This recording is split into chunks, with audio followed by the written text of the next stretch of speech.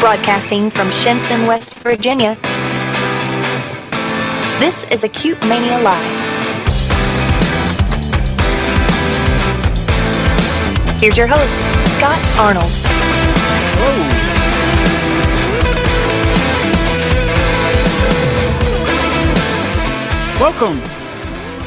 Welcome to Acute Mania Live.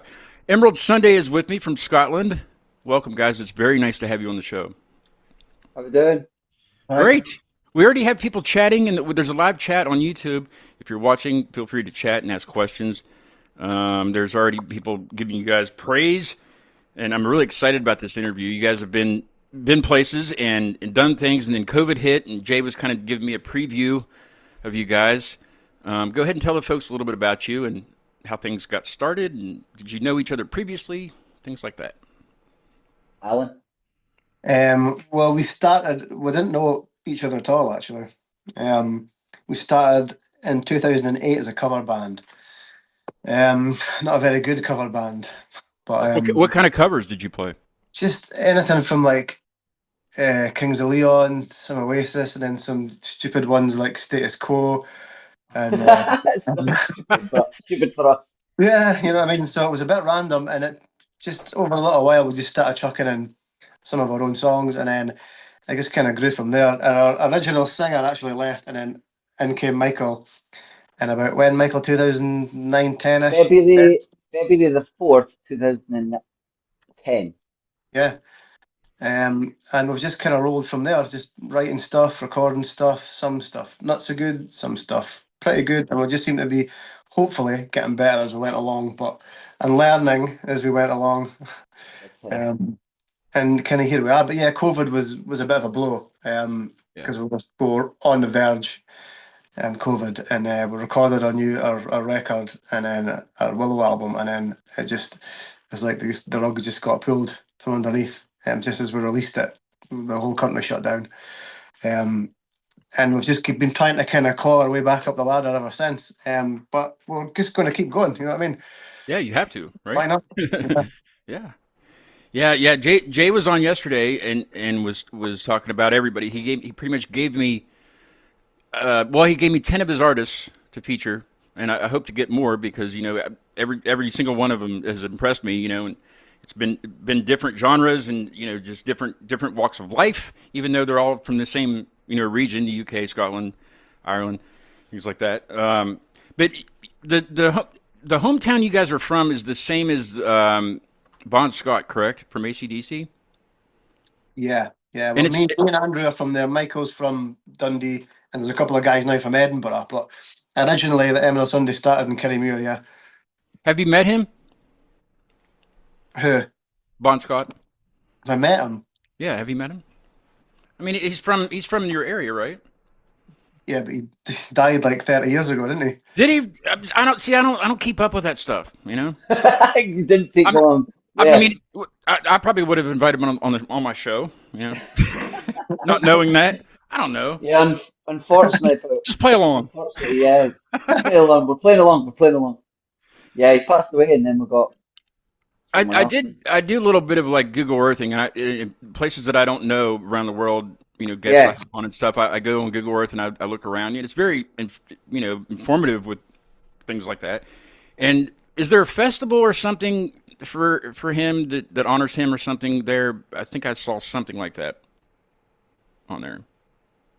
Yeah, there's a that's called Bon Fest, and it's right. It's April, May time every year. It's good. It's growing. It started off like in the pubs, in the bars, and then in the town. Went from that to the town hall.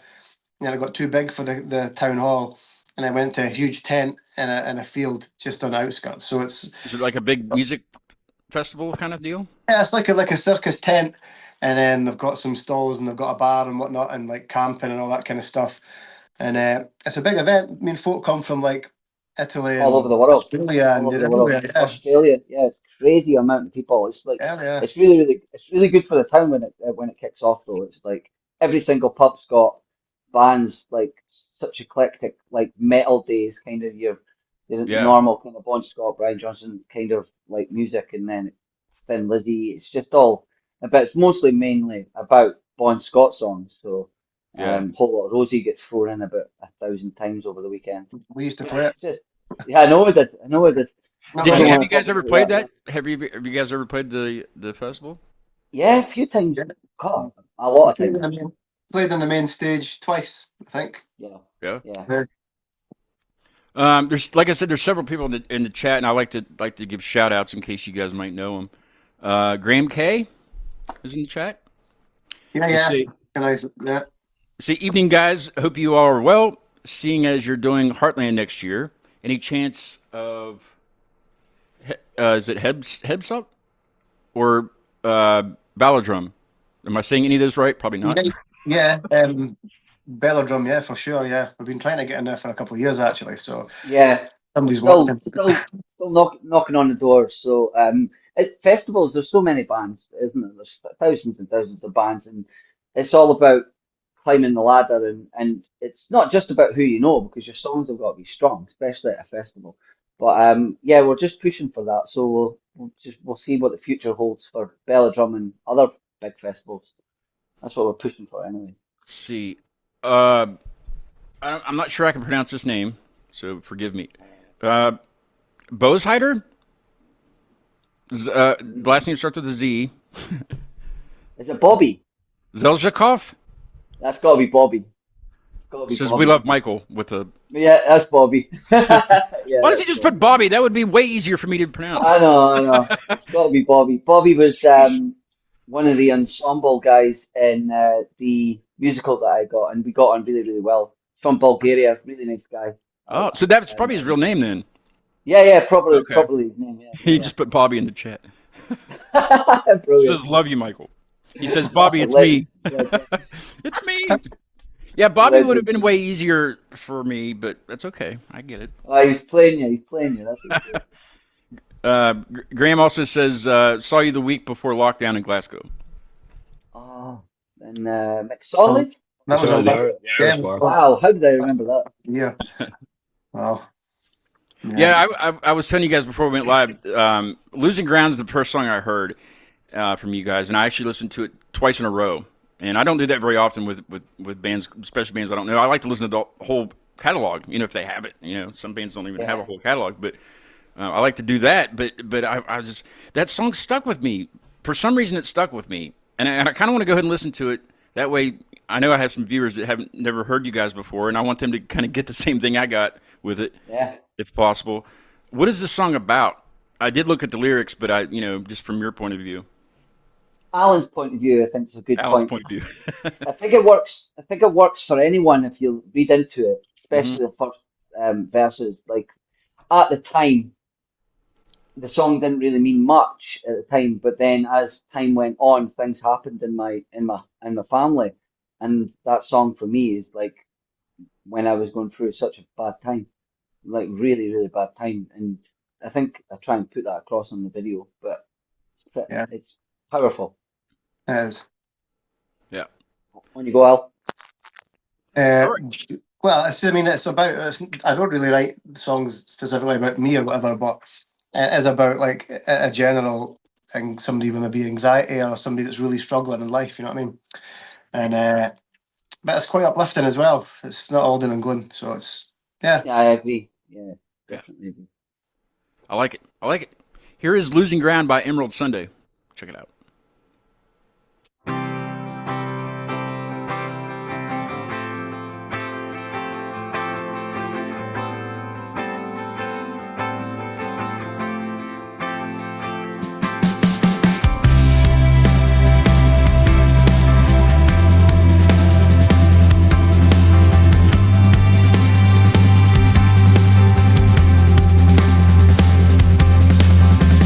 When you're hungry but you just can't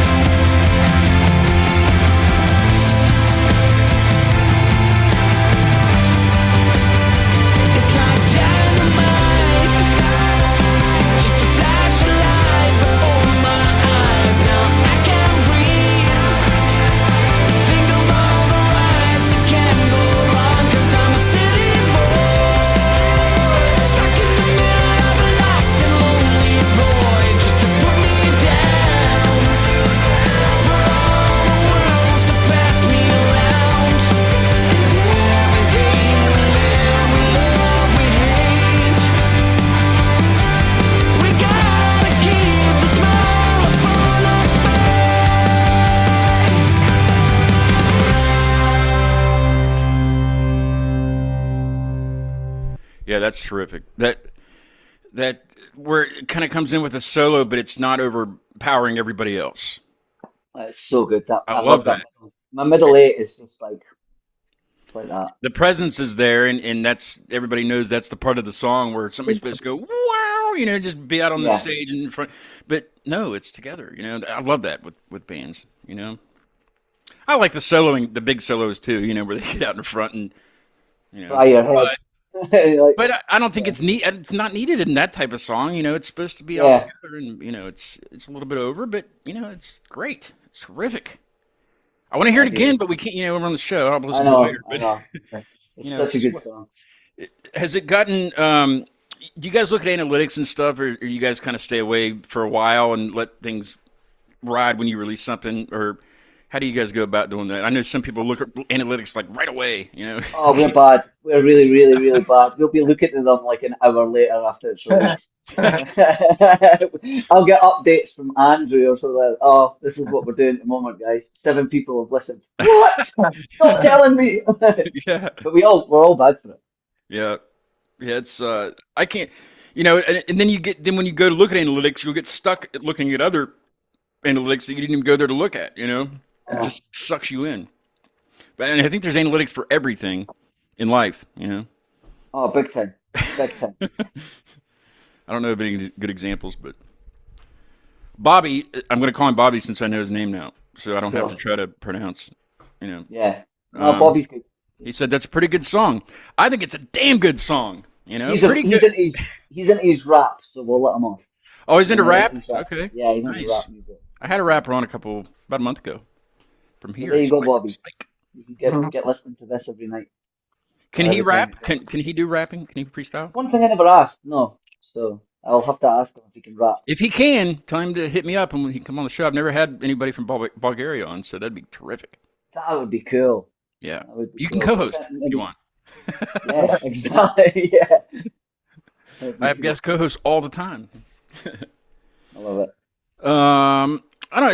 I don't know too much about Scotland, let alone the area that you guys are in. Tell me, and Yeah. I didn't really talk to Jay about that. We were talking about everything else, about the music industry from his point of view. So we were kind of going all out with that. But tell me a little bit about the music scene in Scotland. I guess compared to the United States, because I don't really keep up with other countries. I kind of keep up with here mainly. You know, um, Yeah. I guess Uh, generally, or if you want to hit on something that would be I'm not unique. sure. I mean, I think it's got its hot spots. But obviously, like there's areas in Glasgow and Edinburgh, your big cities, I guess, um, are still kind of thriving. But I just I feel anyway that everything's took a hit since COVID over here. You know what I mean? I think a lot of the grassroots venues um, have shut down. You know what I mean? Yeah, So it's a little bit harder for bands like us, or even maybe just down a little bit from us, just trying to get their foot in the door. Because the iconic venues are now closed their doors. You know what I mean? So I think you either have to be almost there to kind of get somewhere, if you know what I mean. I think it's much sure. harder for us kind of near the bottom of the pile, unfortunately. But Is that where Jay comes in, kind of to get yeah, those? absolutely, yeah. I mean, Jay will probably tell you that in the cell. That it's the kind of it's a bit of a struggle just now, but yeah, Jay's done a fab job, obviously, and yeah, it's great to work with him. Um, Not to go back to like depressing times or anything, because I Yeah. think COVID hit everybody hard.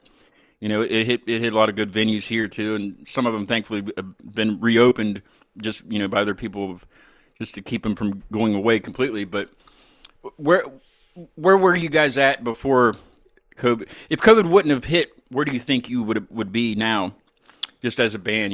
Thinking about it as a band. Oh, That's quite a tough. difficult one. Yeah, it's hard to try to realize something like that. What if? Things were kind of just rolling forward. The single was taking flight. What Becomes of You was on like Planet Rock, then it was on Janice Long's Radio 2, and it was on Jim Galatly's Amazing Radio, things like that. I was just really starting to push. And then we were talking about getting a tour involved over in Europe, and we had a couple of venues sorted, and we were focusing on getting them venues sorted. Then we had Mixed Sorleys as kind of the next thing which was the night that everyone started to kind of just get an understanding of how bad COVID was, because I know that Embrace were playing in Glasgow that night as well. So there was some of Embrace fans were coming to catch our gig and then go there, but most of them actually didn't go to the Embrace gig either. There was a big hit as well. So, and it kind of snowballed into that situation where we were just doing the online stuff for a while, like a little Zoom festival type of thing, Yeah, yeah. and Okay. and then venues started to shut down, and you've got all these new creators, to be honest, who have Yeah, came out of COVID learning guitar and bringing up bands, and then once that kind of drops down a bit, like when like the dust settles from it, you find yourself competing against a lot more bands again, and we've always been at that cusp of established. Every time people listen to our music, they always ask, "You sound like a polished band that's going." It says, "Well, that's understandable, but if you can't get the big, like what that's why Jay's involved, because he's pushing us to the next sure. established area, getting people to watch us, newer people, new venues getting to hear us, new contacts every single week. He's always working for every single band, you know what I mean? So we're very grateful for that. So I think that's pretty much the be all and end all of what happened, Was and it then now was we're there kind of any internal struggle that kind of as a band, was there just a kind of a not really a give up, but almost a give up, during that time when because nobody was doing anything and nobody could do anything about it, and it sucked for everybody. I mean, it did one good thing for me. It helped me start the show, because I was just bored. yeah, yeah. I couldn't do anything. So, I think during it, I don't think there was, because I mean,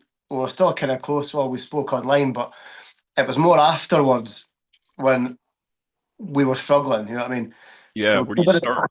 It came and gone, and we thought, hey, let's go again. And then we went again, and it wasn't the same. And I think we started to question it a little bit, to be honest with you. I think Sure. we actually came pretty close, to be honest with you. Did Oh you yeah. think about rebranding? Like Yeah, changing Yeah, we things? did. We yeah, did. Yeah. Yeah, about all that. But and it came to like a meeting where we were like, and not a lot of people know this, but we had a meeting one day to say, look, what do we do? Do we leave it here, or what do we do? And we decided to leave it. But we had a song called "Sitting in the Stars" already recorded and ready to come out, and then we just kind of we just kind of got on with it, didn't we? We just kind of powered through, and then we've kind of come out the other end of it. And I think we've got the songs now moving forward to hopefully get us back up there again. well, you gained one, you gained me, so Yeah. So that's that. that I mean, counts. And I'll uh, use it for intros and outros too, 'cause I just love it. I love it. I was looking at your bio here, and um, I remember when even Jay said it yesterday. An influence is Oasis, and who doesn't like Oasis? I don't think they like each other. There's just a weird yeah. relationship there.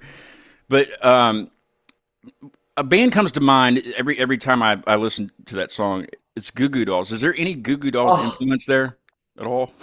I just love that you've said that though, because I'm right. It's It's true. my kind of Yeah. cup of tea, It's one of my So favorite bands, and I hear some of that in that, in that that's stuff.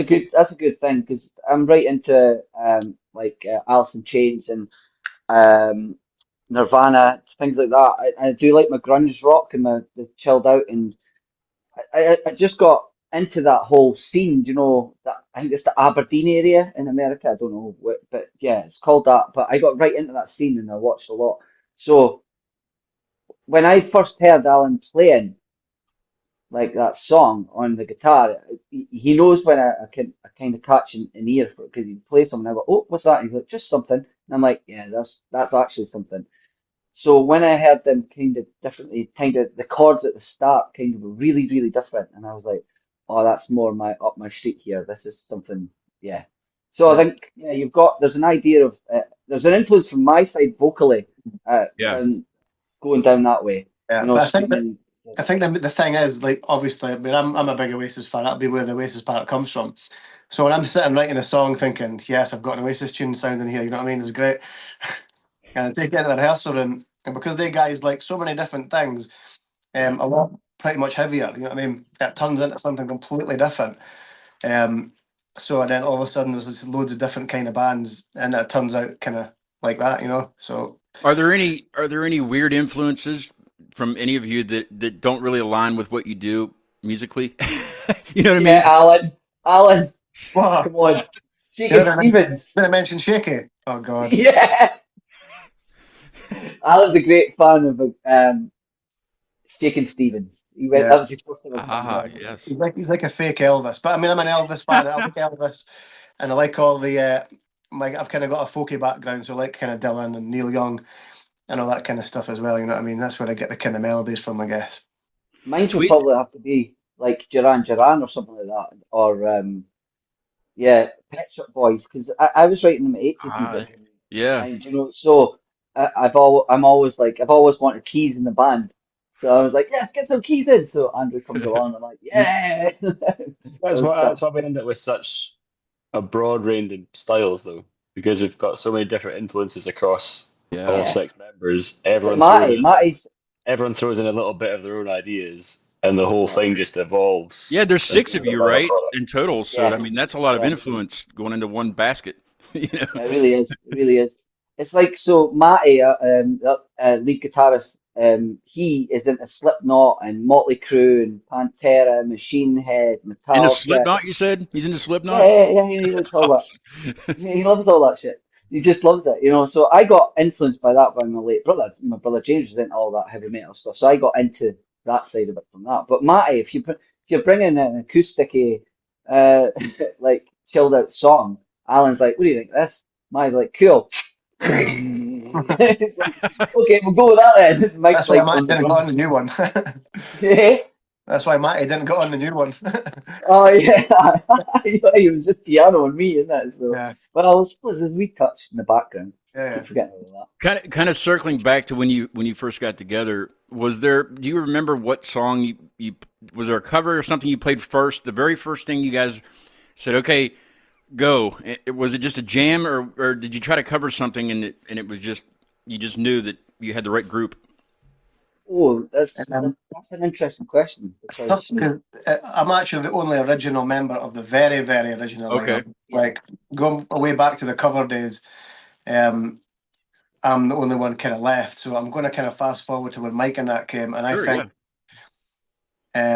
I don't know, Mike, what would you say? I mean, this is a good by the point. time you came So in, it basic, was a lot of covers. It was yeah, mostly original, to be you were fair. you were starting, yeah, you had already had before the coloured leaves turned brown, or what was Something your like first that. album I can't remember. album It was called just again? one.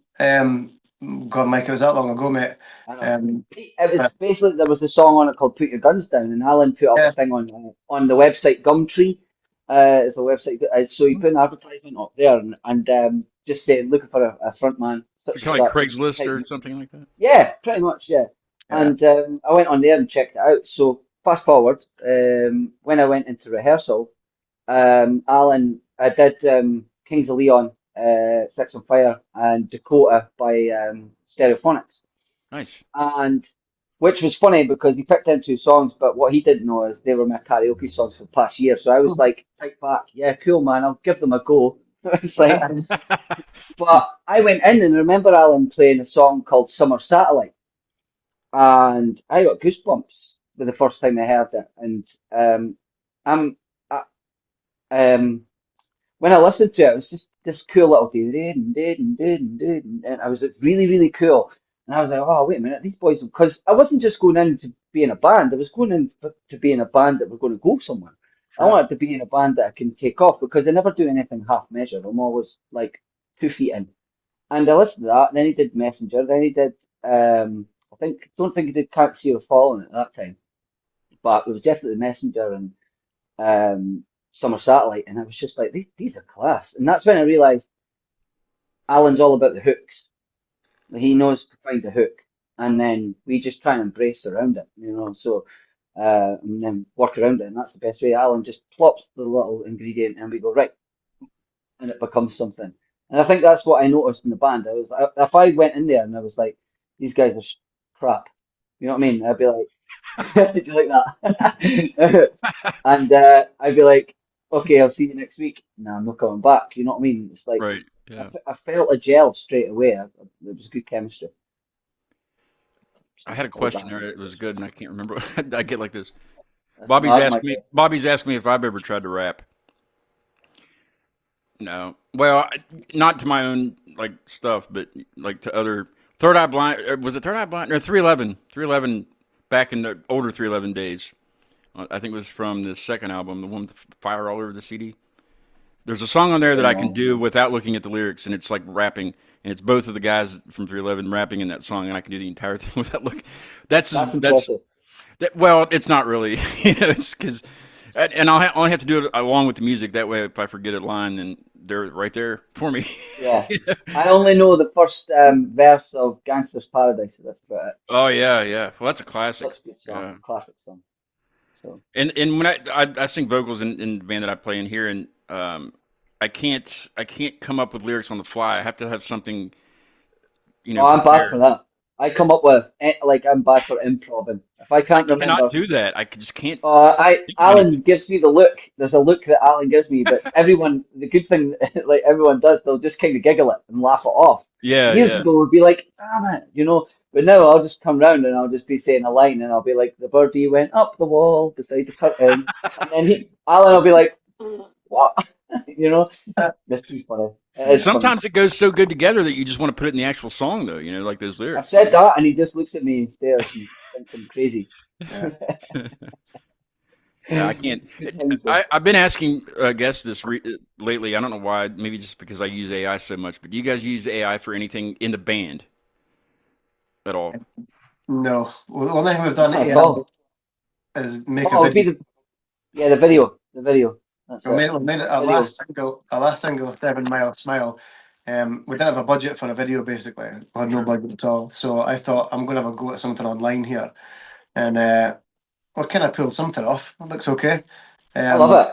But it's such a handy tool. Like, to be fair, I think in the future it's going to be the way forward. Like, but that's about the only time we've used it. How about in your personal lives? Have you used it for anything? I've used ChatGPT. Yeah. That's about it. It's not really.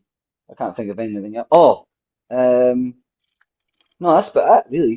I'm so far behind with technology. Sometimes I don't even know how to get my pedal board and that to work. You know what I mean? I'm useless. So You don't even need a pedal board. You just hook up a computer to the amp. yeah, there's that. Yeah. You got everything at your fingertips, literally. Alan would never be able to do that.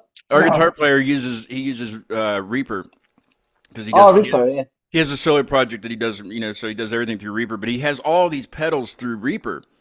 So when we played a show recently, and he usually brings his computer and just runs, through his interface and through his computer and then out the amp, or however, I don't know even how it's routed, but he just had a bunch of pedals this time, and I'm like, what are you doing? It's not going to sound the same. And he goes, I got it. It's going to be fine. And it was fine. It was fine, but we don't play very much out anyway, so he just didn't want to lug it out and have his computer sitting there and stuff. But I mean, I go to a lot of shows, and that's all you see on stage anymore is somebody's got a laptop with tracks or whatever, and that's great because it enhances the atmosphere, their set and everything. Do you guys do that when you play out? Do you have backtracks at all or anything? Oh, everything you hear from an Emerald Sunday song live is played live. How about click Yeah. tracks? Because a lot of drummers use click. No? Don't even use that. We just go for it. We use it at rehearsals, but Yeah. I think we just go for it at a gig, don't we? I think we've been playing that long now that we're kind of in time. You know what I mean? We're kind of in tune with each other. So I can get clip tracks, especially if something's been recorded on TV and things like that. But I just feel that there's a natural rhythm to a song that it's not all about just it being a metronome all the way through. Okay, you're getting changes and sound and things like that. But I just think sometimes when you hit that middle eight and there's a solo, don't worry about the clip track. Just let the guitarist do his thing. Or And let sometimes the click track's just going to screw everything up anyway. So Yeah. Well, I'm on the beat. No, well, I'm on the beat. No, I'm on. It's just. Oh man, I could imagine. I couldn't get our guys to practice even with a metronome. Because I could tell we were dragging in spots. With one of our new songs, and I was like, we are dragging our ass on this one part. Just trust me. Let's put a metronome in just while we're practicing. See where it goes. it was no from everybody. I'm like, okay, whatever. It was fun at the show though, so I don't know how, but it was Adrenaline. It's like it can be slow in rehearsals. It's true, and then yeah. you go in, and then you're like, let's go. And it's always that 10-15% faster. right. Which is Yeah, fun. that's true. Unless you're a drummer. Yeah, that's right. And we had to borrow. It's me and my buddy Rob, the guitar player. It's me and his project pretty much, and we've had to borrow bassists, and we had to get rid of our bassist before that show, and just for different reasons, and so I hit up a buddy that was going to be playing that show anyway, and I was like, hey, come play bass with us. Okay. And then a drummer, and then I ended up buying a drum set that night too. I was like, No way. because I used to play drums in a band, and I sold my last set because it was just, I was remodeling, it was kind of in the way, and I knew nobody was playing it, so I sold it, and I acquired a drum set that night at that show, and it's sitting right there. It's really nice. It's a really nice set. Impulsive as hell. I love it. Now I got to buy cymbals and all kinds of shit. I got to build a website. It's just one thing after another. I'll be watching it when it's built. Yeah, that's true. I'll get myself together one of these days. I'll have everything that I needed. Anyway, we have a new song, a premiere to play, right? Yeah. Well, it's a new, very old song. A new old song, but nobody's heard this song, right? Other than you guys. I don't think so. I mean, we played this song. This song was once a heavy song, wasn't it? Like, and Yeah. we played it for a couple of years, and I wrote it in about 2011. We recorded it, made a bit of a mess of it, played it at a few gigs, and it just we could never get it. We could never nail it. You know what I mean? I don't know whether it was a key or we just couldn't get it right. You know what I mean? So we kind of just got chucked to the side for years and years. I don't know why it came back, but it came back. 2011 was when you wrote it. Yeah. And we rehearsed it above the train station, and then some girls got in touch with us on Facebook and said, I heard that you were in. How did that work? No, it was they were waiting on it because we used to rehearse at a train station, and they were waiting on a train, and they phoned up the studio and says, what band's in playing? And we were playing Last Call at the time, one of the few times that we actually maybe nailed it. And they thought it was great, didn't they? You know what I mean? So yeah. Ended up being a fan. God knows where. Yeah, I got binned for like 10 years until like 4 years ago or something. It came back. Yeah, that's awesome. Is that why you named it Last Call, or was it always just? Was there? It's always been called Last Call. Always the last call. Yeah. That's weird. That's scary. Oh no, what have we just done? That's great that it came back. I mean, it's because all the times that you played it just never worked. And then what made it work this time? Or do you want to listen to it first and then we can talk about that? Yeah, they completely rechanged it. Yeah. Completely changed. You don't have a copy of the old version, do you? So that way we can compare on here. We're not putting that on there. With everybody else. We'll all compare in the chat and Yeah. No, that would be horrible, wouldn't it? We'll just throw it on and see what people. But this is, I suppose we can give them a little bit of insight. It's more ballady, came down the route of Sitting in the Stars way, but a bit haunting as well. So, but yeah, it's a good song. It's about time it came out. It's only took us 15 years. Better late than never, I guess. That's what they say, right? With anything. So Exactly. this song releases Friday, correct? Yeah. Yes, it's a Friday. Yeah, Friday morning or whatever. Friday midnight. I do have a copy of it, so if you want a copy, it's going to be about $50 US. Before Friday. I'm kidding. Here is Last Call by Emerald Sunday, and it's available Friday.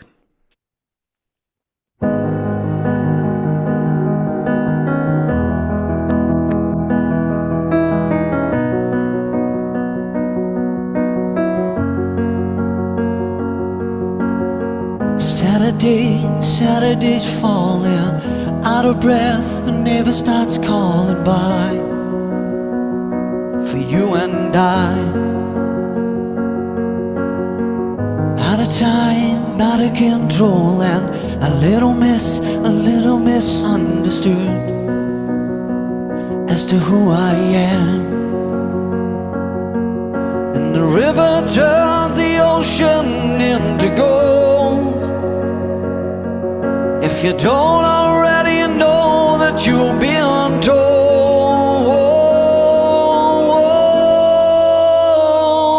this is the last call. Take me as I fall into Love, I don't wanna be the one that falls from grace. So save me, save me, save me.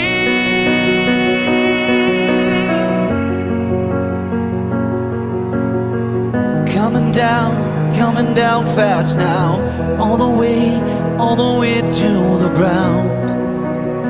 I'm trying to work it out.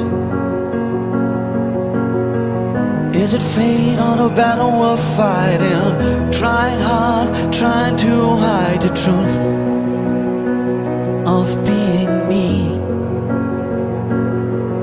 And the river turns the ocean into gold. If you don't already know that you've been told,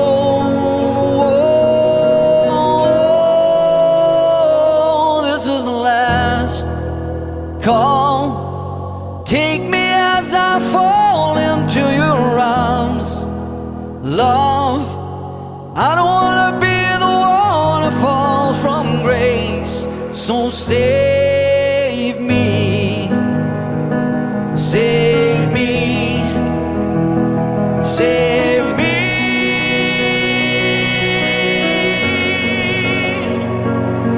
So take my hand before I fall.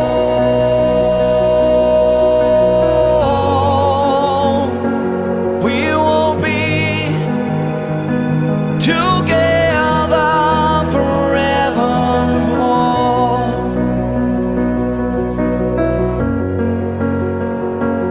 And I'll take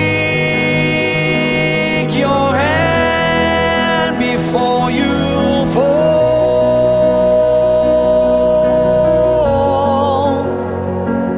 We won't be together forevermore.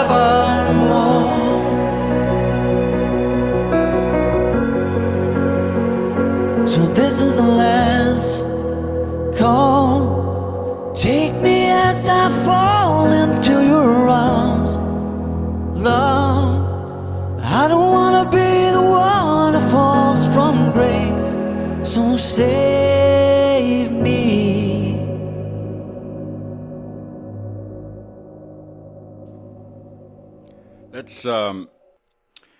That's beautiful, is what that is, and I put it in the chat too because that's yeah. So much going on in my ears too, and I love that. I love listening to songs for the first time on Canes because you can hear everything, and that background, the ahs or whatever is going on bass wise in the background is just, and then I don't know if you saw my face kind of changed. There was a level that was a harmony. I don't know even what kind of instrument it was, or if it was just keys or something, but something in there. And I was like, oh my God, that's beautiful. And that's the only word that I can come up with for that track. It's a beautiful song. The only things on that track are Mike and me. But it's gorgeous. I mean, you guys are just, Yes, I mean, what else do you do with it? Nothing. Leave it. I know. I mean, yeah, you could add a drum track to it. I think it would ruin it, honestly. Anything else would ruin it. That's why we waited 15 years, and we didn't realise that we just needed to strip it back. And Yeah. when Andrew came along, he was the right person to do it. And It's just got it. It's there's enough going on in the background, and your voice is just over the. I mean, the range is the like. As a vocalist myself, I'm like, wow, I'm gonna have to work on myself here, to get, But it's tremendous. I wasn't even really. I'm gonna have to listen to it again at some point to get the. Yeah. To see all what you were saying, because I was just focused on all the dynamics and everything happening in the background. I was like, oh my God, this is just, it sounds like an easy song too. It sounds like, to anyone else's ears, it might sound like an easy song. I know there's a lot going on in there, and it probably took a long time to say, is that too much? Or do we need more of this? Was there a lot of back and forth with that, or was it pretty much straightforward and said, here's what we got? Well, it got all chopped up because what became the chorus, the last call part, like This Is the Last Call, Take Me As It. That was actually just a bridge, and it was only played once. But the engineer, a guy called Richard McNamara, who plays in a band called Embrace, he said that part's too good to just have playing once. We've got to chop that in more. So that ended up being like the main focal point of the track. Perfect. So it was a whole day pretty much recording piano and vocal. That took up the whole day. But turned out great, didn't it? You know what I mean? We're really chuffed with it. It was them haunting guitar moments in the background as well. I remember we worked on that for ages. Yeah, I was going to ask what all instruments did you have behind that to make that sound? You know, sometimes it's a whole bunch of stuff happening, you know, or sometimes it's just one, you know. Sure, Andrew, they're not kind of some sort of strings background. I think the strings and then like there's piano, there's a cello and a double bass. Yeah. And then a bit of kind of shimmery, sort of echoey, reverby guitar, just that's it. over the top, and the rest is just vocals. Yeah. I would love to hear it, you know, just those tracks by themselves. If you know, just to hear what you know how it was built. You know, I don't think I've ever said that with anybody else's track. You know, with your own tracks, you know, you do want to hear that because you want to know if that's the right thing happening, but. That's what I'd love to hear, those individual just things happening, you know. How many different tracks were there? Do you remember? Like, not a lot. There was really. We did the piano. Piano is all done in one. That's all one take. Yeah, that's one take. Usually all bits are chopped together, but we did it all in one go, didn't we? And it took like 20 odd times for me to get it right. Yeah. It's a lot of diddly. And then we did Mike did his vocals on top of just the piano track. Yeah. And then I think I did the backing vocals, and then we put the strings on, and it was late. It was like 9-10 o'clock at night as we're finished doing the string bit. The producer went, I could do with someone else, just a little bit of shimmer in the back, and that's when the guitar went on at the end. Yeah. So there's only piano track, 2, maybe 3 string tracks, 2 vocal tracks, and then a guitar. What a great song! What a great song! I don't know I'm just kind of speechless. What else to say? It's a beautiful song. That's all I can say. I know. It's a good. We're quite intrigued to see what happens with this release because, this takes it right back to like I don't know, so many years, and we did a. You don't really get this style of music released anymore. It kind of gets shuffled into an album somewhere on somebody's album. They put it back there, and then nobody really hears it because people want to hear the hits. They'll think it's weak. You know, they're like, oh, it just needs to have a beat or it just needs to have this. But I think that it carries traction if you listen to it. You know? I think it's going to take off all over the world, really, because I can see, I'm thinking of a wedding. For some reason, when people get married, all the sappy music comes out. And I'm not saying it's a sappy song at all. I'm not saying that. But it's a song that I could hear. I could hear at a wedding, someone's wedding, and at the reception or something, or the first dance or the first dance or the dance with your mother or something, whatever they do at weddings. I'm not married, so never got married.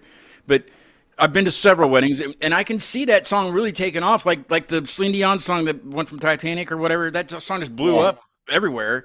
Yeah. But that's what I see that just exploding globally. I really do. This is the frustrating part, is because we see it as well, and it's like, well, we're like, why is it not happening? It's just like pushing it out the door. It's not out yet for one thing, so I mean, Yeah. Well, just being like some of our songs, like like What Becomes of You, for instance, it's had like almost 50K views, and it was doing so well. And even though COVID shut it down, the song should have kind of kept going, but there's just something there that it's all about timing. It's about when you release it. Yeah, that's why we've got put it all on Jay to do that. Yeah, do your job. Exactly. Yeah. No, I don't hear anything wrong with it. I mean, everything's like, I love it. I don't have this style of music on all the time. I'm for some reason it's when I'm. This month's different because Jay has gifted me all the, you guys and the rest of the bands, and so I've had these first couple weeks I've had different genres on than I usually do, and it's all rock, or I don't know. I hate talking genres because there's so many of them. I know. There's so many subgenres of, especially metalcore, because metalcore is that's pretty much my go-to listening wise. So I have a lot of metalcore bands on, and then there's deathcore, then there's grindcore, and all these cores, and it's just like, it's rock music, it's rock and roll. Exactly, yeah. And but I love it. I love your stuff. You've definitely gained a fan beyond Losing Ground. Thank you very much. It's terrific. I don't think it'll be long. I don't know the level that you guys felt before COVID, and I didn't know you then, but knowing you now, you guys are good. You have nothing to worry about. You don't even need Jay. You got it. Just keep writing that good stuff, man. That's good. That's really good stuff. Really Honestly, it's so good. Man. But it's refreshing for me to hear that kind of stuff. Because like I said, I listen to people scream all the time, and I love it. I love heavy, grungy music like that. Yeah. But it's really good. It's really good stuff. But that could be your chill out song when you're going to have a wee moment. So Yeah. stick with Yeah. that. I'm going on a Enya trip. vibe. It's got an Enya vibe to me. Do you remember Enya? I'm taking a road trip this weekend because Monday I turn another age, older, and it's one of those birthdays where I don't really care to tell people how old I am or will be. I'm not to that point yet. Some people are like, I guess how old I am, and they're ancient. And you're like 82, Yeah. But disappointed. I'm going to be turning that age to where I'm pretty much halfway to 50. I don't know if I look that old. I don't act that old, but I'll be 45 on Monday. And I'm taking a trip down to Charlotte, North Carolina, which is about 5-6 hours drive from here, but it's okay. I go to Charlotte quite a bit for shows, and a band I had on Sunday, American Theory, is going to be headlining down at the Milestone, which is a legendary place. Actually, Nirvana did an unreleased, I think it was Nirvana, did an unreleased live session there. It was recorded, but it was never distributed to the public. Oh, no way. I'd love to hear that. And the venue is iconic. You can't see if there is paint on the walls, you can't see it because there's just band stickers all over the place. In the bathrooms, just the urinals are covered with stickers. Inside the toilets, there's stickers. I mean, but the place is iconic. It's always been like a DIY place. If you go there in the wintertime, wear a jacket because it's like being outside. They have a heater, but it's just one way up in the ceiling.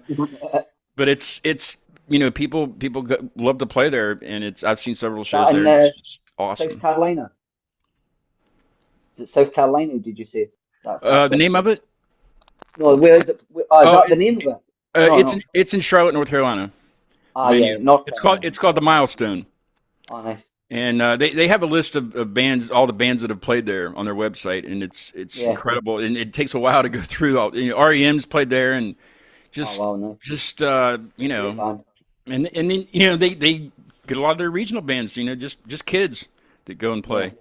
But it's In Xfinity opening, and Den of Wolves, and American Theory, and unfortunately Sunbreak from Georgia had to drop. I don't know why. They've been on my show too. Really good guys, but they had to drop for some reason, so they're looking to get a fill in. I don't know who it's going to be yet, but yeah, American Theory. They've been on the show twice. They were on it, like I said, they were on it for the second time on Sunday, and they're really, really good guys. Really good guys. Oh, man. I'd love to come across there and play. That's one thing that on our bucket list that we just feel. I don't think it'll be long. It won't be long. Feels like it's a mile away. I'll come and see you. You can shack up here in the studio. Sounds good. All six of you. We'll do an acoustic session. We'll do an acoustic session. Yes. I got an acoustic here. We can play. Somebody can play my new drum set. There you go. Got it. And I got a synth over there too. We can dabble with. I did this segment at the end of the show. I was telling you guys before we went live. It's called Off Stage, and it's really quirky and fun. We have a good time with it. Believe it or not, I use an AI. I use the Google Gemini AI, but I named him Ralph just because I use him quite a bit for just different things. Wreck-It Ralph. Ralph came up with this segment when I was like, I need something else to do, and I wanted to have this idea and this idea, and he came up with some of the questions, but I had to tweak them because the AIs aren't perfect, and I've called him an asshole before because I just was mad at something else that day, and he knows me pretty well. Ralph does, but Ralph came up with the Offstage segment, and it's been going really well. Let's see. I might ask you.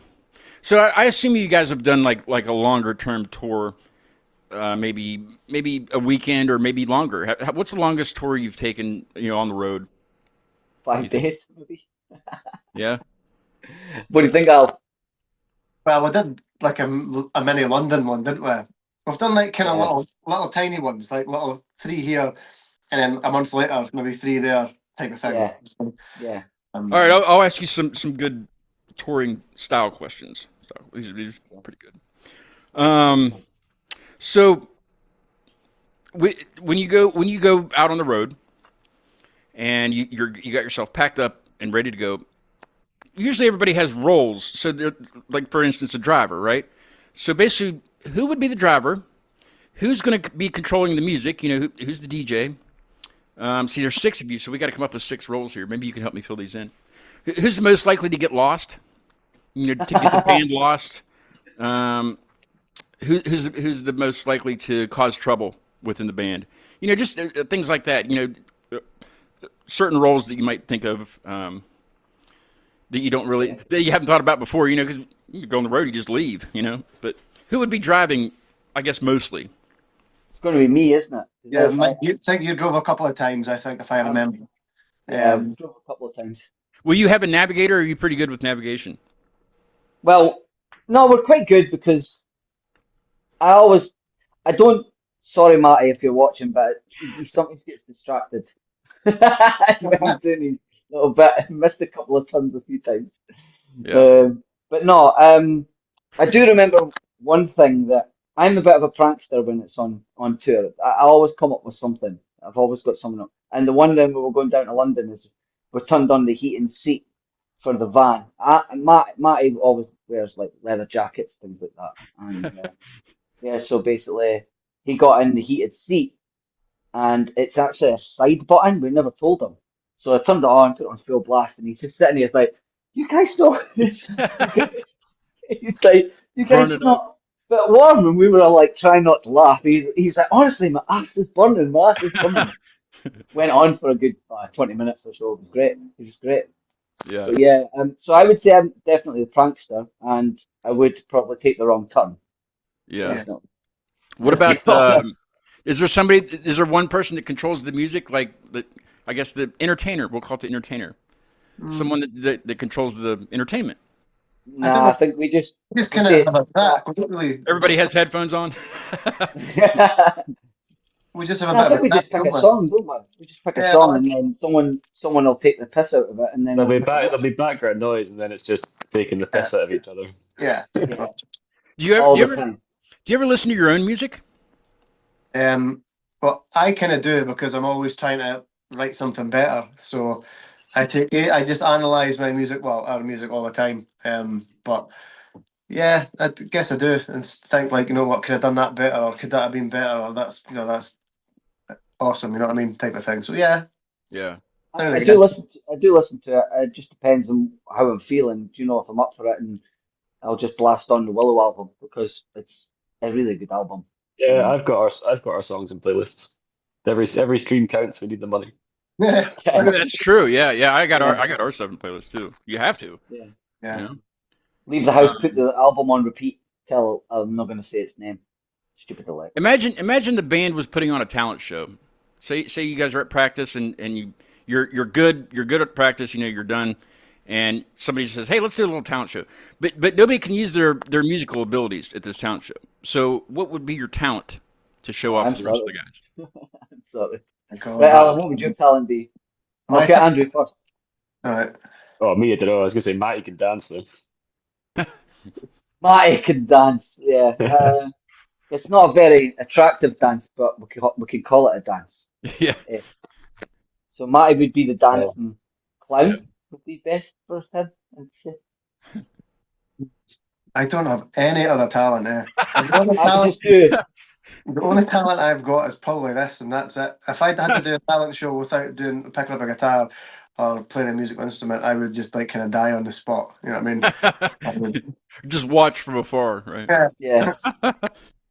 I don't know. I'd probably either do a bunch of keepy ups, keeping the football up in the air, maybe. You've got your acting thing, and you could do some kind of like monologue. I could do a monologue or something. So yeah, so I'd be all right. Yeah, we didn't get into the acting conversation either. So that's fine. We'll just have to have another thing. You'll have to come back on it, solo, and we'll just talk about acting for an hour. Yeah. Let's see. What's the other one I asked Jay? Oh, if you guys could play one venue for the rest of your life, what would it be? Where would it be? And it can be a place that you haven't played yet, also. One venue for the rest of our lives. If you could only play there for the rest of your life. Of the ones that I've played, I'd say the Cavern Club. Yeah, me too. Yeah, that was awesome. Yeah. Where is that? The Caverns in Liverpool. It's like the Beatles. The Beatles played there, like nice. When I first started. So that was a bit of a bucket list thing for us, and it was pretty awesome. But that was amazing. Not for this question, but Jay was talking a lot about King Tut's or something. Yeah, I'd like to play at King Tut's. Yeah, Oasis obviously played there, got discovered there. So for me, that's what I want to play. But it's kind of difficult to get in, I think. But I think hopefully maybe with Jay's help, we can sneak in. He said he used to work there or something. He did some promotion there or something, and so he's got to just keep on him. He'll get you in there. Yeah. Put some pressure on him. King Tut's. Yeah, I would have to. So is it Egyptian themed? It seems like it would be an Egyptian themed bar or something. It's not. No. I don't like that. I think crowbar there. Let's do a fun one. Let's do a fun one. There's a question about dicks that I'll ask last. Everybody gets the question about dicks, so just keep that in mind. We'll do that last. Okay, this is a would you rather question. Would you rather have perfect pitch with no sense of rhythm, or perfect rhythm with no sense of pitch? Well, that's a tough one. Tough main question. What a hard question. I would have to say perfect pitch with no rhythm. Yeah, I think maybe is that as well, because you could edit all that and bring it at a time, can't you? What the technology nowadays. So let the AI do it, yeah. I would say perfect rhythm, and then you can change the pitch for the computer instead. Yeah. Well, then everybody's working together. Then you're good. Yeah, we're fine. Okay, let's see. I'm thinking about a raunchy one here, since we're doing all these happy questions. Now the AI didn't come up with the raunchy ones. These have been developed over time. So, I got a buddy that lives down in Austin, Texas, and we've never met in person. He's been on as a guest, but he's co-hosted several times with me, and he's come up with a lot of these raunchy ones. He's awesome. Okay, all right. I'm going to go straight to the goat. I asked this to Breeze when they were on last week. Would you rather not fuck a goat, but everybody thinks you did, or you do fuck a goat and nobody thinks you did?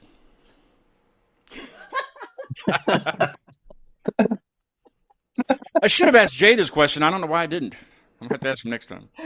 It's the worst ever. Would you like me to repeat the question? Yes, go for it, actually. Would you rather fuck a goat and nobody thinks you did, or you do really fuck a goat and nobody thinks you did? That's actually a really tough question. Is it really? Thankfully, I've never had to answer many of these, so, personally. There's no right answer. I'd rather not. People can just think it. They can believe what they want. Yeah. Second one, man. Second one. Jesus. So, seems like a better How could you live yourself? How could you live with yourself if you did? No, it has to be. Yeah, as long as I would rather if everyone wants. Not, and people think rather, you did. Yeah, I don't give a fuck what other people's opinions are, as long as I've no fuck to go. Yeah, if you didn't yourself, you hadn't. Yeah. Yeah, it'd be more awful personally than anything, you would think. Yeah. Yeah, that's a good question. I like that one. I'll have to remember that one. Yeah. Ask the other band members when you get to practice next time. Hey, by the way. Okay, here's a good one. Would you rather know exactly when you will die or how you will die? Oh, I think I've been asked this before. Oh my god, That's question sucks. Yes. How? Probably how. Yeah, I'll say how. Why? I don't want to know when I die. No idea. I'd rather just, Yeah. that's too depressing. It would true. consume your life. Can you imagine?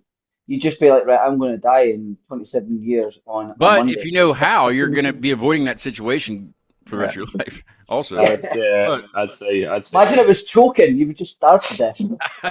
Yeah, it's true. This is a good one too. This is a newer one that I've gotten. That I kind of, with Ralph's help, but I tweaked it a little bit. Would you rather be healthy where you can't get any diseases, you can't ever get sick, and live to 150, or have endless cash and just live to 50? That depends if you're 12 years old and hearing that question, or if you're 42 and you've only got 8 years. But, Andrew's like, fucking hell yeah, he's going for it. How old are you, Andrew? 32. So you get 18 years of a great life. With no sense of cash, you don't have to worry about money ever. The rest of until you die at 50. I'd rather live to 150, to be honest. Yeah, I would be 150 all day long, because money is not really a thing for me. It's not that important, and I just think you'd see a lot more. I can have a good time without money, you know what I mean? So imagine you went for that, and then you went outside and got hit by a bus. That'd be awful. Yeah. Damn, I was going to live to 150, but yeah. But no, 150 would be good. Yeah, I think that'd be the better option, because regardless, I mean, you're living long. Can you imagine you'd experience a generation change probably? Definitely. Whatever they say, generation, whatever generation is. All right, we'll do one more and then we'll do the Dick's question, the famous Dick's question. Would you rather have the ability to read minds or the ability to be invisible? Now, there's certain situations for this question, that you could really think. It has to be, as long as I have the ability to turn it off and on, as in reading minds. No, you just reading have it minds constantly. Oh no, you kidding? So you're always invisible, or you're always reading minds? And invisible. Yes, yeah. You're either invisible or you're reading minds. But reading minds, you could lose a lot of friends that way. Sure. Yeah. But also being invisible, you're going to be a very lonely person. Yeah, but I mean, I'm assuming you can still. Everything else is normal. Like you can still talk and take a shit and things like that. Fuck a goat if you want. If I could go invisible, then that question would be. I think that question would be canceled at that point, right? Yeah, definitely. Invisible or read minds? Probably just invisible then, because mine would be invisible. I think it'd be too much to read minds, like. Because I'm assuming you can still sing and everything. People just can't see you. Just like listen to the radio. If I could read minds like dogs and animals and stuff, then I'd probably go with animals and then become a shit hot vet. I've got to ask. I know it's too early for Halloween stuff, but I feel like I want to ask you this question. Have any of you guys ever experienced anything paranormal, like ghosts? I don't want to, because I hate all that kind of shit. So he's totally petrified of that. Yeah. So I've never really. I mean, I don't think. I need to ask that question more because I keep seeing this shit on TikTok, and most of it's probably fake. People put things on there that spooky things. That to me, that kind of stuff is spooky all the time. I don't care if it's Halloween or not. I have a lot of spooky things happen to me, like in a good way. And this is not lying. And even Bobby, who's probably left by now, but Bobby would confirm this. No, he's still in here. He's cool. When I was in Edinburgh, so I lost my mum like almost 12 weeks ago. So basically, I had this I was waking up every day. I had this routine. I was constantly going. I had my earphones on, things like that. And pretty much 9 times out of 10, it was a green man for me crossing the road. Didn't matter if there was a massive crowd, it just became a green man. So I just told Bobby that and says, "Oh, by the way, I think I'm blessed by my mum." And he was like, "Oh, wow, that's amazing." And he just like took it, and I was just walking on the road, and he was just there with us, and I went, "Look, it's Green Man," and he was just like, "What?" I think there's a so song. I'd say that was spooky for me. A song in that, Michael. The Green Man. Yeah. The next hit. What, the Incredible Hulk? Right. So there you go. We have a lot of those folklore things around in West Virginia, like the Mothman. I'm sure you've heard of the Mothman. It was. I've heard of the Moth. I've got the. Is there a movie, The Mothman? Yeah, I think it was, wasn't it? I'm not I into think I that have. stuff. I've got a lot of B movie horror movies up there. Like we're talking a lot. We have the Mothman, which is down in the southern part of the state, and there's actually a museum, Mothman Museum, down there. Yeah. There's the Flatwoods Monster that is the most ridiculous looking thing I've ever seen, because there's always an artist depiction of these monsters, and they're just stupid looking, I think, like the Mothman. But who knows? It's like Bigfoot. It's always going to be a blurry picture that somebody caught in the Bigfoot in the woods. You know, it's always blurry. Nobody can ever see it clearly. Yeah, with a 4K and up to 8K cameras now, and it's still blurry. Yeah. It's like, honest. Like they're trying to catch a criminal that just robbed a bank, but the surveillance footage is just so blurry you can't even tell who they are. And it's like, why do you have this with all the technology and you have a blurry picture? All right, the Dick's question. Here we go. Ready? This is pretty much a harmless question too. I mean, it's just, would you rather have dicks for fingers, you know, or just never be able to taste anything ever again? Oh man. Everybody gets this question, so I'm not singling. No, I'd rather not taste anything. I can use my imagination and remember what it is. But no way am I having 10 dicks. You'd have really small hands, Mike. There's a good one.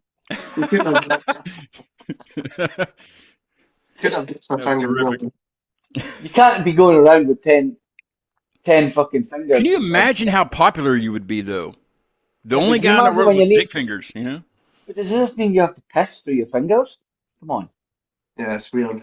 I mean, if you can, then I assume you can get aroused through your fingers also, you know? And when you get... size. Imagine shutting your finger in the door. Oh, my God. That'd be worse than a zipper, wouldn't it? Yeah. Could you imagine? Oh. No, I can't. No, or burning your finger while you're making, like, pancakes. You know what I mean? That's not a finger anymore. That's a blister. Getting a splinter. Oh, splinter. Come on. Right. That's it. I'd rather have no taste. I'm not tasting anything again. I would rather, wow. Yeah, I don't know. Yeah. I had a 20-minute conversation about this with a band once. That's crazy. Just trying to go through all these scenarios with it. Well, do they do this? I don't know. It's just a question. Like they're just asking me all these things. I don't know. But yeah, that's an epic question. I'd like Bobby to answer that. Bobby, if you're still in the chat, would you like dick fingers or? Yeah. My mom and dad watch this show usually. I don't know if they are today. They were out earlier when I talked to them. But my mom's always like, "Why do you have to ask the dick question?" Or "Why do you have to ask that question?" I'm like, I have to at this point. You know, it's a staple of this segment. Whatever. If you don't like it, turn it off, right? Or mute it. Usually my dad will mute it during the music because usually it's a metal band. He doesn't understand why they have to scream all the time. They're angry. They're always angry. What are you so mad about? I know. Bobby said he logged out. What's the question again? Should we give it to him? Should we give him the dicks? Go for it. All right, Bobby. They've already answered it. So, would you rather have dicks for fingers or never be able to taste anything ever again? Now, some of these bands were like, you know, do we have use of our dick fingers if we do choose that? And I was like, well, you got to think of it like this. You know, they can't be floppy all the time, you know. So, you know, when just thinking that. Yeah. When you eat certain foods, you know, like especially like you know, like Cheetos over here, like, you know, you're eating Cheetos and you get all the cheese dust on your fingers when you're done, everybody just, you know, licks their fingers. Boom, you know. That's my explanation. Next minute you've got 10 in your face. So they're useful. They are useful. Oh goodness, it's too funny. You're on the trinket. Yeah, what do guys talk about? Oh well, 10 dicks on their fingers. The dilemma of dicks, yes, dick dilemma, the dick finger dilemma. That'd be a good name for a band. Dick finger dilemma. All right, Bobby. Bobby says he's going for the taste. He doesn't want to have to taste anything. Good man. Good man. All right. Guys, thank you so much for being on the show. It's been a pleasure talking dicks with you. I mean, talking. I meant to ask before we go. I want to ask you this before we go. Okay. Where did Emerald Sunday come from? Where did the name come from? Alan. So, okay, I was doing a quiz, writing up a quiz for something, and it was a music part of this quiz. So it was like anagrams, and the band was Green Day, but the clue for the answer was Emerald Sunday. So I thought that looks pretty cool. You know what I mean? I meant band name, and that was it. That's awesome. I like that. There That's you true. go. True story. That's a true story. Yeah. That's awesome. Yeah. That's badass. Well, I was hoping we could have had you guys on Sunday. That would have been more, would have made more sense. Yeah. Hey, Emerald Sunday's going to be on Wednesday. There's a band that I really like from over here. You guys might have heard of them. They're pretty big. They're called Thursday. You ever heard of Thursday? I have heard of Thursday. They're really good. I can't think of any songs. They're a good band, but yeah, band names named after weekdays. But you guys don't count. You guys are excellent. I really love the music. The new single is just phenomenal. Thank you for gifting me with it because I'm going to dive into it. More than welcome. I really like it. Welcome. And I'm gonna get on and listen to the rest of your all stuff too. I have the time now. I have some time off, and next week is Absinthe Green is going to be on the show next week. I got to pull up my calendar here. He gave me so many bands. I have a calendar now. The 16th, which would be the day after my birthday, so Tuesday. Absinthe Green will be on, and then Roger Bacon on the 20th. Stay for Tomorrow, and then the Har, and that'll round up my month with Reaction. And I'm gonna have to get some more because I really like this stuff. Jay's a great guy, and he's gonna come on again. I can talk to him for hours, just about different things. But yeah, it was a pleasure talking to you guys and learning everything about you. You've definitely gained a fan, at least one over here. My mom just texted me. She said she's watching, so I'm sure she loved the music too. It was right up her alley. I know that. It wasn't screaming. Nobody was going, Yeah. I'm sure you could do like a remix of some of these songs and just add some Go for it. death screams in the background. Collaborations all the way. I love a collaboration. I'll always give time to the guests at the end of the show to let people know where they can find you on social media, websites, things like that. What you have coming up, maybe locally, where they can come and see you play, things like that. And I'll be quiet while you're doing that. Okay, wait, Michael. No, Michael. What about you want me to say? So you can check us out on Facebook, Instagram. We're on Spotify. I don't know if we're doing TikTok yet. I think that's kind of an up and down thing. I do TikTok. So. Yeah, we're too old for that. I'm trying. I think we are too old for it, but we do have 2 gigs coming up, and one's in Dundee, one's in Inverness. What's the dates? So we have a festival of the Alloa shows as well on 17th and 18th of October. I think that's right. And then we have our own shows, our headline shows, in Dundee and Inverness. Dundee, I think, is on the 1st, and Inverness is on the 14th of November. November. Yeah. And we've got lots of things happening. New music. Back in the studio. We've got something cool happening next year that we'll probably let out the bag at some point soon. And so it's all go. Yeah, nice. Definitely. And Last Call comes out on Friday. Yes. Get it. It's badass. You just heard it. Maybe I don't know. You might not have been in. If you didn't hear it, rewind. Rewind anyway. Watch the whole show if you can. If you haven't subscribed, please subscribe. It really helps. Helps with there's an algorithm for everything. There's an algorithm for Instagram. I don't know how those things work, but it really helps get the word out for you guys and the word out for me. And if you like what you saw, come back and watch another one. I don't know. Definitely. That's all I can say. Exactly. Absinthe Green next week at 3. So I'm taking some time off here for my birthday because I'm getting older and things are aching and just I can tell you when it's going to rain and things like it's getting to be that age. But it was a pleasure meeting you guys. Please come back. Come back on the show. Let's do this again. We'll talk dicks the whole hour if you want to. Yeah, we'll try and get the rest of the boys on, and then we'll make it even more funny. I'll tell you what. I had a different song lined up for the outro, but how about we just play Last Call for the outro? Oh, that would be nice. Yeah? Good. Yeah, Let's do that. definitely. So if you didn't hear it, here's some of Last Call. And if you guys have some time, I understand it's later over there. If you have to go, perfectly understand. But I'll give you a formal goodbye once I stop the live stream here in a little bit. Here is Emerald Sunday. Ugh, I just like burped, but I didn't. Have you ever done that before? It's like I'm okay. Here is Emerald Sunday with Last Call, which comes out Friday. Check it out. And I will see you all next week, next Tuesday at 3 p.m. Eastern with Absinthe Green. We'll see you.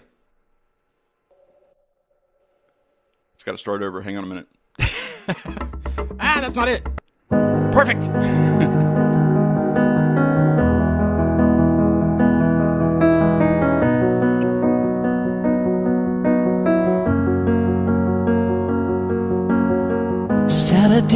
Saturday's falling, out of breath and never starts calling by for you and I. Out of time, out of control, and a little misunderstood as to who I am. And the river turns the ocean into gold. If you don't already know that you've been told, this is the last call. Take me as I fall into your arms, love. I don't want to be the one that falls from grace, so save me, save me, save me.